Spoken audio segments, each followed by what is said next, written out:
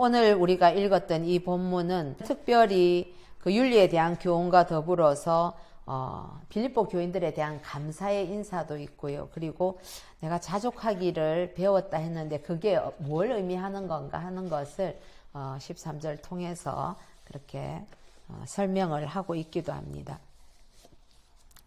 자, 우리 8절 같이 한번 읽어보실까요? 시작. 끝으로 형제들아 무엇에든지 참되며 무엇에든지 경건하며 무엇에든지 옳으며 무엇에든지 정결하며 무엇에든지 사랑받을 만하며 무엇에든지 칭찬받을 만하며 무슨 덕이 있든지 무슨 기림이 있든지 이것들을 생각하라. 예. 우리 오늘 이 8절을 풀어서 얘기한다면 뛰어나다는 소리나 칭찬을 듣고자 한다면 그렇습니다. 그게 덕이 있다든지 이런 게 아주 탁월하다 그런 의미를 가지고 있거든요. 그리고 기림이 있다, 기억한다 이런 거니까 이것도 이제 칭찬을 할 만한 이런 의미를 가지고 있어요. 그래서 뛰어나다는 소리나 칭찬을 듣고자 한다면 앞에 쭉 이어진 그 덕목들 참되고 경건하고 옳고 정결하고 사랑받을 만하고 칭찬받을 만한 것을 생각하라. 그렇게 이 문장을 이해를 하시면 되겠습니다. 이 6가지 덕목에 대해서 우리말 성경은 이렇게 이야기를 합니다. 참되며 이거는 진실하고 그 다음에 경건하면은 똑같이 경건이고 그 다음에 옳으며 이거는 의롭고 그 다음에 정결하며 이거는 거룩하고 그 외에 이제 사랑할 만하다, 칭찬할 만하다는 같은 단어를 써서 번역을 하고 있습니다. 그러니까 이 내용이 어떠한 것인지를 잘 알 수 있는 것이지요. 특별히 이 중에서 경건이라는 이 단어에 대해서 한번 생각을 해보고 싶습니다. 경건은 사전적으로는 하나님의 거룩한 성품을 닮아가는 것을 의미하고 있습니다. 그리고 또 살아계신 하나님을 믿는 믿음에서 오는 어떤 능력 이런 것도 경건이라고 말하고 그 믿음에서 오는 어떤 그 실제 이런 것도 이제 경건이라고 이야기를 하죠. 그렇다면 이 경건한 사람들의 특징은 무엇인가 우리 성경을 근거로 해서 한번 찾아본다면 사도행전 17장 4절에 보면 하나님의 말씀을 받아들이는 경건한 사람들의 이야기들이 나옵니다. 사도행전 17장 4절에 그 중에 어떤 사람 꼭 경건한 헬라인의 큰 무리와 적지 않은 기부인도 고난을 받고 바울과 실라를 따르나 그렇게 되어 있죠. 이제 바울과 실라가 그 빌립보에 가서 이제 전도하고 계속 그 마게도니아 지역을 할 때 이러한 현상이 있었는데 거기 보면 경건한 헬라인들이 있었다 이렇게 표현을 하는데 그 사람들이 하나님의 말씀을 받아들였다는 것입니다.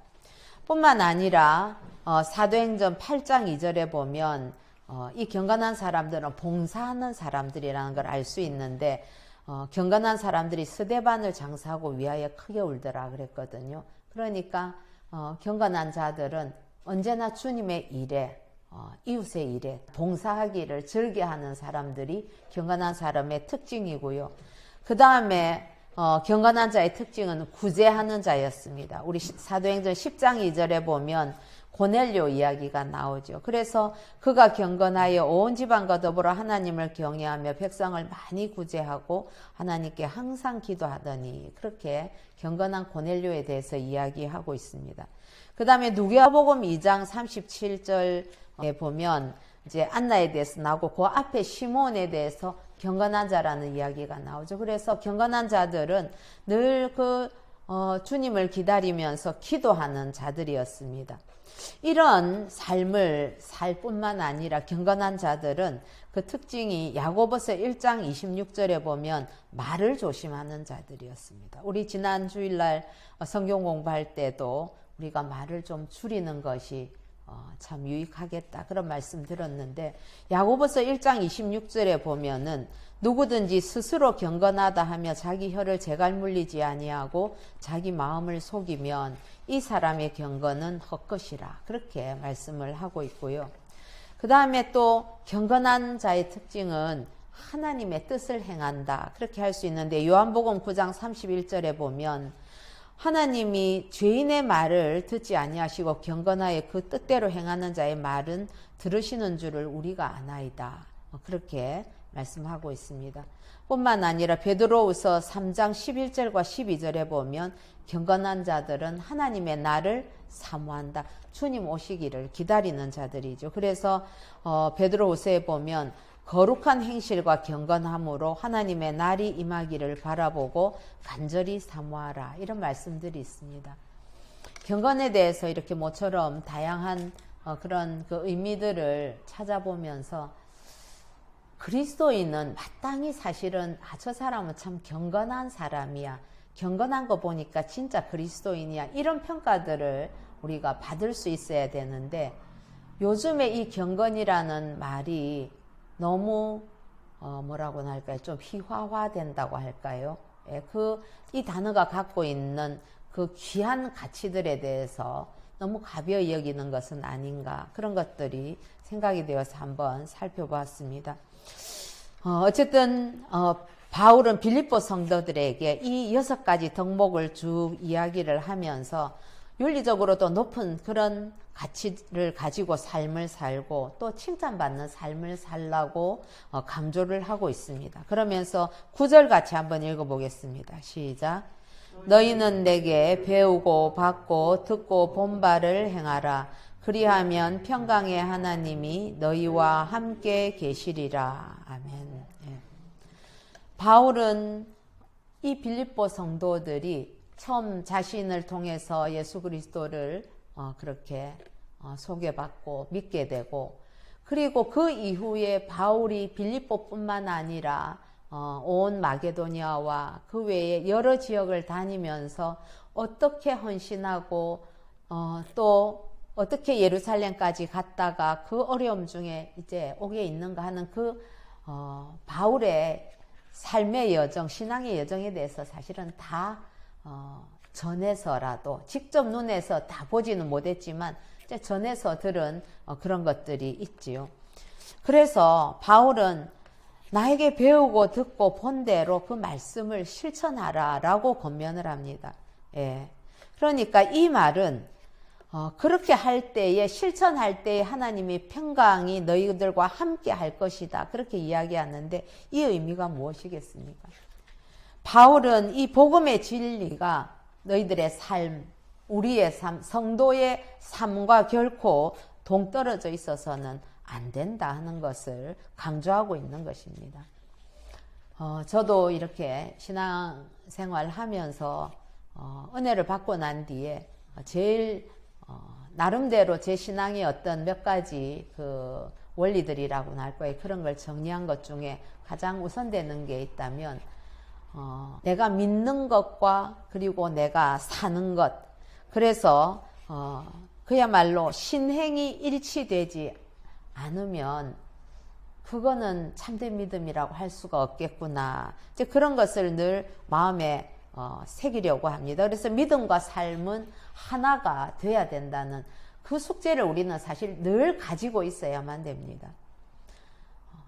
이게 제대로 되지 않으면 세상 사람들에게 그야말로 정말 예수 믿는 사람들은 죽으면 입만 동동 뜬다 하는 그런 비웃음을 살 수밖에 없는 것이죠. 우리가 믿는 대로 행동에 옮긴다. 내가 알고 있는 그 진리대로 그 진리에 순종해서 내 삶에 실천한다 하는 것은 우리 모든 성도들에게 주어진 그러한 피할 수 없는 과제이고 이것은 뭐 해도 되고 안 해도 되고 하는 그런 문제가 아닌 것이죠. 예, 그래서 반드시 내가 믿는 그 복음의 진리는 삶으로 실천되어야 된다는 것을 지금 강조하고 있습니다. 우리의 생각이 헛되다든지 경건하지 못하다면 거기에는 하나님의 평강이 있을 수가 없습니다. 우리가 하나님의 사람이 되었다면 이미 우리는 그 어떤 프레임 안에서 살 수밖에 없는 자들이지요. 그래서 아는 것을 우리가 삶으로 실천되지 않을 때에 평강을 온전히 경험할 수 없는데 왜 그럴까요? 그거는 우리 안에 양심이 있기 때문에 그렇습니다. 내가 복음의 말씀, 하나님의 그 말씀, 그 규례를 알고 있는데 그것대로 살지 않으면 내 마음에 그 양심이 자꾸 부대끼가 되는 것이죠. 그리고 말씀대로 내가 순종치 않는다는 것을 알게 되면 그렇다면 우리 안에 불안이 일어날 수밖에 없는 것입니다. 그런데 내가 그렇게 하지 않는데도 내 마음에 아무런 가책이 없다. 그러면 그건 이제 병든 마음이 아니겠습니까? 사랑하는 성도 여러분, 그래서 진리를 실천하는 삶은 우리의 특권이자 또한 마땅히 행할 의무가 되는 것이죠. 하나님께서 우리에게 가르쳐 주신 이 은혜의 진리, 예수 그리스도를 믿음으로 구원받는 이 복음의 진리, 이런 것들을 그리고 그 말씀대로 가르침을 받은 대로 살아갈 수 있는 것은 이 성도가 아니면 할 수 없는 일이지 않습니까? 그렇기 때문에 우리가 말씀대로 사는 것도 그건 성도에게 주어진 특권이 되는 것이지요. 사랑하는 성도 여러분, 요즘 최근에 있어서 여러분들의 생각을 지배하고 있는 것은 무엇인지 한번 돌아보시기를 권면합니다. 그리고 또 배운 그러한 교훈들을 얼마나 잘 실천하고 있는지도 한번 확인해 보십시다. 그래서 우리의 올바른 사고와 행동이 일치가 되어야만 되겠고, 또 하나님의 말씀인 진리에 대해서도 항상 열심히 실천함으로 우리 삶을 통해서 하나님께 영광을 돌려야만 하겠지요. 그리고 아는 것에만 만족하려고 하는 그 실천이 없는 그러한 모습은 버려야만 할 것입니다. 뿐만 아니라 모든 일에 우리가 바르게 사고하고 참되게 실천하는 것, 나는 인간이라 부족하니까 난 불가능하다, 미리 그렇게 예단을 하고 포기를 하는 그런 신앙적인 허무주의도 사실은 경계해야 될 일입니다. 하나님께서 우리에게 주신 이 법도를 따라서 우리는 최선을 다해서 그 진리를 붙들고 진리의 말씀대로 순종하며 그 말씀대로 실천하고자 하는 노력이 우리에게 꼭 있어야만 하겠습니다. 그래서 우리에게는 말씀에서 나온 어떤 진리의 명제가 삶의 어떤 실제가 되도록 노력하는 그런 거룩한 실천이 있어야 합니다. 우리에게는 끊임없이 우리 자신을 쳐서 복종시켜야 되는, 그리고 정말 말씀대로 살려고 몸부림치는 이것은 정말 거룩한 몸부림이다. 저는 그렇게 생각을 하면서 함께 그 길 가기를 권면합니다. 첫 번째가 우리 아는 것과 삶의 일치에서 어떤 평안이 온다면, 두 번째는 성도 간에 베푸는 것을 통해서 기쁨이 점점 커지는 것을 이야기하고 있습니다. 우리 10절과 11절 함께 읽어보십시다. 시작. 내가 주 안에서 크게 기뻐함은 너희가 나를 생각하던 것이 이제 다시 싹이 남이니 너희가 또한 이를 위하여 생각은 하였으나 기회가 없었느니라. 내가 궁핍함으로 말하는 것이 아니니라. 어떠한 형편에든지 나는 자족하기를 배웠노니. 그렇습니다. 사도 바울은 빌립보 성도들이 2장에 보면 나왔죠. 에바브로디도를 통해서 선물을 보내고 또 도움을 주고 하는 그것에 대해서 이 서신의 키워드가 되는 기쁨이란 단어를 다시 한번 거론을 하면서 아주 크게 기뻐하며 감사를 표하고 있습니다. 내가 주 안에서 크게 기뻐함은, 여기에 크게라는 단어를 쓴 걸 보면 바울이 이 빌립보 교회의 이러한 그 나눔과 베품에 대해서 얼마나 기뻐하는가 하는 것을 알 수 있는 것이죠. 그러면서 너희가 나를 생각하던 것이 이제 다시 싹이 났다 하는데, 이거는 마음속으로는 그 바울을 그리워하면서 잊지 않고 늘 관심을 가졌던 그것이 새롭게 피어났다는 것입니다. 이 말씀을 하고 있는 것은 아마도 그 상당 기간 빌립보 교회가 여러 가지 어려움으로 인해서 바울을 돕고 싶은 만큼 마음껏 돕지를 못했던 것 같습니다. 그런데 이제 참 가장 바울이 어려운 이 시기에 사람을 보내서 돕게 되었던 것이지요. 그래서 바울은 빌립보 교인들의 그 관심과 배려가 꼽히고 있다 하는 그 말이 빈말이 아니라는 것을 이야기를 하는데, 사실상 너희는 항상 나를 생각했다. 하지만 그걸 할 수 있는 기회가 없었다, 시간이 없었다, 이렇게 이제 얘기를 하죠. 저는 이 말씀 이렇게 묵상하면서 참 이 지도자의 마음이 아버지의 마음이구나, 이런 걸 생각했었어요. 예.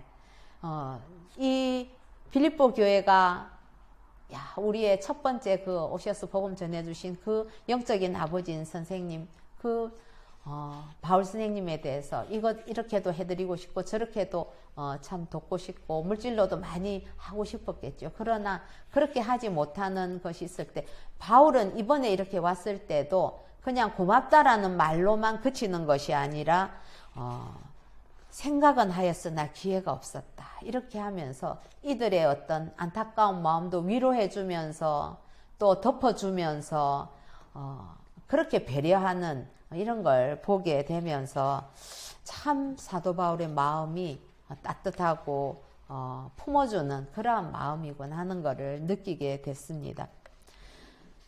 그러면서 바울은 내가 이렇게 감사하는 것이 궁핍한 것이 해결이 되었기 때문이 아니다. 너희들이 나에게 이렇게 헌물도 보내어주고 또 사람을 통해서 여러 가지 실제적인 도움도 주고 했는데, 내가 내 어려운 것이 해결되어서가 아니라 내가 지금 정말로 너희가 그렇게 다시금 그러한 행동으로 실천하는 이 모습을 기뻐하는 것은, 이 기쁨과 감사의 근거는 그리스도 안에서 서로 베풀고 또 서로 섬기는 실천 때문이라고 설명을 하고 있습니다. 그래서 내가 궁핍함으로 말하는 것이 아니다라고 그렇게 이야기를 하고 있는 것이죠.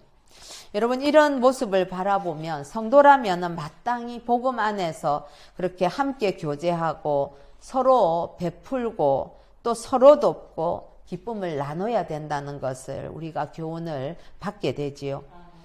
믿음 안에서 아까도 말씀을 드렸지만은 우리가 누리는 참 큰 기쁨 중에 하나가 있다면 그건 바로 성도들 간의 교제와 섬김이 될 것입니다.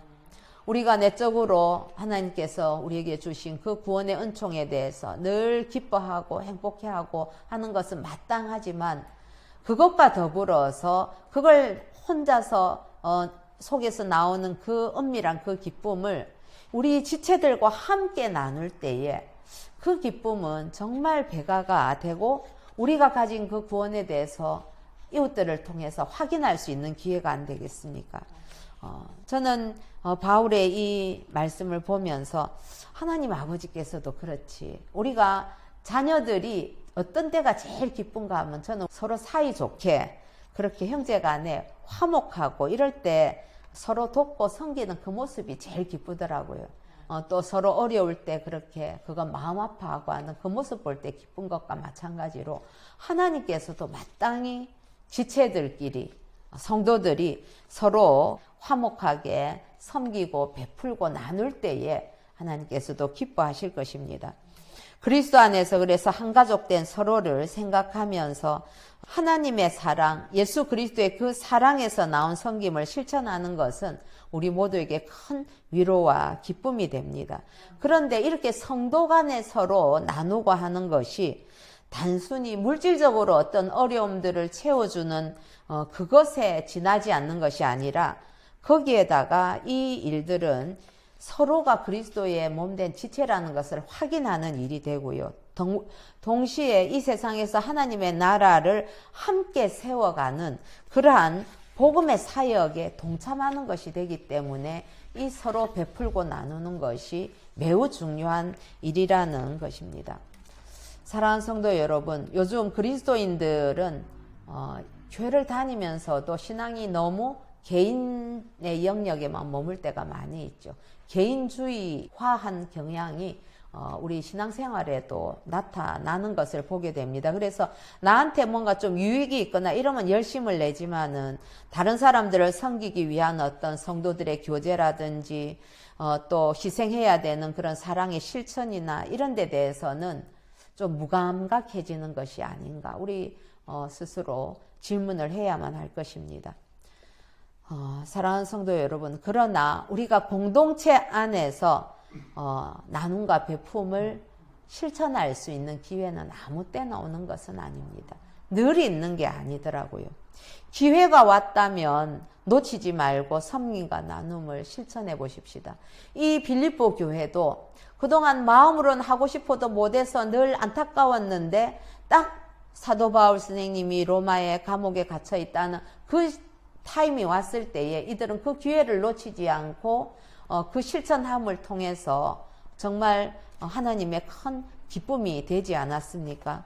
저는 오늘 이 말씀을 이렇게 준비를 하면서 그렇다면 지금 우리 교회에 우리 공동체 안에 주어진 베품과 나눔의 기회는 무엇인가, 어떤 사건인가 하는 것을 생각을 해보게 되었습니다. 사랑하는 성도 여러분, 주변에 이웃들이 있다면 반드시 돌아봐야 되겠지요. 예. 그리고 또 먼 곳에 선교사님들 나가 계실 때 또 들어오시면 그분들 잘 섬기고 하는 것도 참 기회를 놓치지 않고 해야 될 일입니다. 그러나 지금 우리 새생명교회에 우리가 서로 베풀고 나누는 기회가 주어진 것은 그 일에 그렇게 우리가 함께 동참하는 자가 복되지요. 예. 위에서 기도도 하고 무엇이든지 어떤 형태로든 그렇게 힘껏 그 기회를 놓치지 않고 실천하는 저와 여러분 되기를 소원합니다. 세 번째로는 이 사명을 감당하는 비결에 대해서 12절과 13절에 이야기하고 있습니다. 한번 같이 읽어보십시다. 시작. 나는 비천에 처할 줄도 알고 풍부에 처할 줄도 알아. 모든 일 곧 배부름과 배고픔과 풍부와 궁핍에도 처할 줄 아는 일체의 비결을 배웠노라. 내게 능력 주시는 자 안에서 내가 모든 것을 할 수 있느니라. 아멘. 바울은 자신은 어떤 형편에서든지 자족하는 비결을 배웠다. 그렇게 고백을 합니다. 바울이 얘기하는 이 성도의 자족이라는 것은 자기 능력으로 스스로 만족하는 것이 아님을 지금 이야기하고 있는데, 그것은 바로 모든 상황에서 자족할 수 있는 능력이 자신에게 능력을 주시는 예수 그리스도로부터 비롯된 것이고 주 안에 있을 때에 그 일이 가능하다. 그렇게 이야기를 하고 있습니다.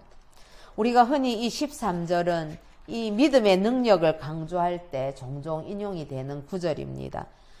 우리 창조주 하나님은 불가능한 것이 없기 때문에 그런 해석도 논리적으로 크게 문제가 될 것은 없습니다. 또 예수님께서도 믿음의 중요성을 말씀을 하셨죠. 마가복음 9장 23절에 보면 예수께서 이르시되 할 수 있거든이 무슨 말이냐, 믿는 자에게는 능치 못하는 일이 없느니라, 그렇게 말씀하셨거든요. 그런데 여기에서 사도 바울이 내가 능력 주신 자에서 내가 모든 걸 할 수 있다, 여기에서 주안점을 두는 것은 이거는 소명을 감당하는 삶에 대한 그 관점에서 이런 말을 한다는 것을 우리가 기억할 필요가 있는 것이지요. 그래서 그리스도 안에서 역사하는 그 하나님의 능력으로 말미암아 우리는 어떤 환경, 나쁜 환경, 좋은 환경 가리지 않고 어떤 환경이 주어지더라도 우리에게 주어진 사명을 감당하는 것이 가능하다는 일입니다. 예. 여러분, 부요해도 교만해지거나 또 나태해지지 않고 소명을 감당하는 법을 터득을 할 수 있다는 것이죠. 여러분, 부요하다고 그러면 뭐 다 그냥 교만해지고 이래서 하나님께서 주신 일들을 감당치 못하는 그런 일이 있습니까? 그런 것도 아닙니다. 정말 훌륭한 많은 자들이 부유함과 풍부함 속에서도 그 소명을 감당하는 능력을 가지고 있지요. 뿐만 아니라 사람이 부족하든 물질이 부족하든 여러 가지 환경이 열악하든지 간에 모든 자원이 빈약한 가운데서도 복음 전파를 감당하는 이 사명을 결코 포기하지 않는 이 법을 터득했다는 것입니다. 그렇기 때문에 약함 가운데서 하나님의 능력이 더 강하게 드러난다는 것을 사도 바울은 알고 있죠. 그래서 어떠한 상황이라 할지라도 내가 주께서 받은 이 사명을 감당하는 데는 하나님께서 주시는 능력 안에서 나는 그걸 잘 감당할 수 있다라고 말씀하는 것입니다. 사랑하는 성도 여러분, 저와 여러분은 우리 개인의 어떤 삶이나 그 꿈을 향해서 나아가는 그러한 자들이 아닙니다. 이미 우리는 하나님께서 부르신 그 소명을 추구하는 삶, 사명을 감당하기 위해 걸어가는 그런 인생길을 저는 가고 있다고 생각을 합니다. 만약에 아직도 내 사명이 뭔지 모르겠다 그러면 그건 정말 하나님과 치열하게 하면서 그 사명을 좇아서 말씀에 순종하면서 가야 되는 것이지요. 제가 우리 조건사님 어제 이렇게 통화하면서 참 마음에 감동이 있었습니다. 며칠 전에 가서 했을 때 같은 병실 안에 암 환자 할머니가 계셨는데 그 할머니를 위해서 그분은 예수를 안 믿는 분이었어요. 근데 따님이 예수를 믿고 그래서 잠시 기도를 해드리고 왔었습니다. 그래서 어제 이제 전화하면서 그 영순 할머니는 어떻게 됐습니까? 하니까 퇴원했다고 얘기하면서 권사님께서 그 퇴원하는 할머니를 다시 손을 붙들고 예수님이 할머니의 모든 죄를 다 용서해 주시고 그리고 할머니 구원하시기 위해서 십자가에서 죽으셨어요. 이 사실을 믿으면 할머니 우리가 구원받고 천국에 갑니다. 아멘 하세요. 그렇게 이제 전도를 하셨더라고요. 그러니까 정말 그 할머니가 입을 조금 움직이면서 아멘 이렇게 하시더래요.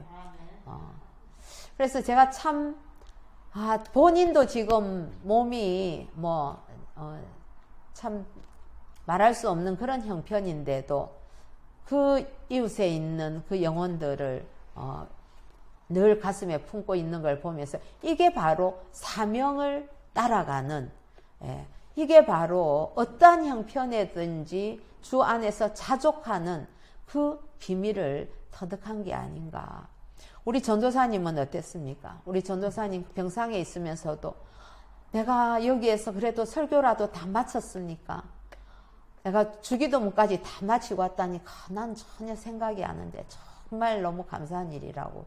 그렇게 그때의 이 자리에서 주어졌던 자신의 그 사명을 감당했는지 그것이 가장 우선적이었고 지난 주일날도 병원에 계시면서도 그 청년들 찬양 하는데 이걸 잘 해야 될 텐데 와서 열심히 와서 연습도 하고 해야 되는데 몇 번을 문자를 보냈다고 하더라고요.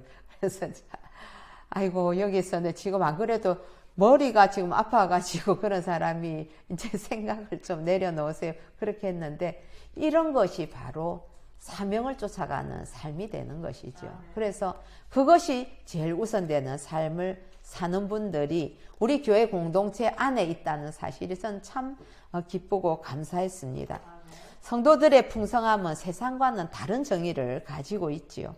우리는 주님으로 인해서 풍성함을 누리게 됩니다. 그리고 하나님께서 때로 우리를 공고한 상황에 두시지만 우리는 이런 경험들을 이 환난을 통해서 정말 내가 진정으로 만족할 수 있는 자족할 수 있는 유일한 길은 예수 안에 거하는 것 외에는 딴 길이 없구나 하는 것을 우린 거듭거듭 확인하면서 이 신앙의 여정을 걸어가고 있는 것입니다. 그래서 신앙의 참된 능력은 환경을 변화시키는 것으로 인해서 저 사람 신앙이 좋네 하라고 증명되는 것이 아니라 오히려 어떤 상황에서도 어떤 어려움 속에서도 예수 그리스도 한 분만으로 만족하는 그 삶을 통해서 그 사람의 신앙됨이 믿음이 가치를 인정받을 수 있을 것입니다. 사랑하는 성도 여러분, 그래서 그리스도인은 환경의 지배를 받는 자가 아니라 그리스도 예수 안에서 환경을 다스리며 살아가는 자이지요. 아무쪼록 우리가 정말 하나님 안에서 내가 주님 안에서 주시는 능력 안에서는 내가 어떤 어려운 환경 속에서도 내 갈 길을 갈 수 있겠다. 내가 어떤 좋은 환경이라 할지라도 주님 주시는 능력 안에서 내가 세상 것 따라서 해이해지지 않고 내가 내 갈 길을 가겠다 하는 그런 은혜에 결단하는 이 밤 되기를 우리 주 예수님의 이름으로 축복합니다. 아멘.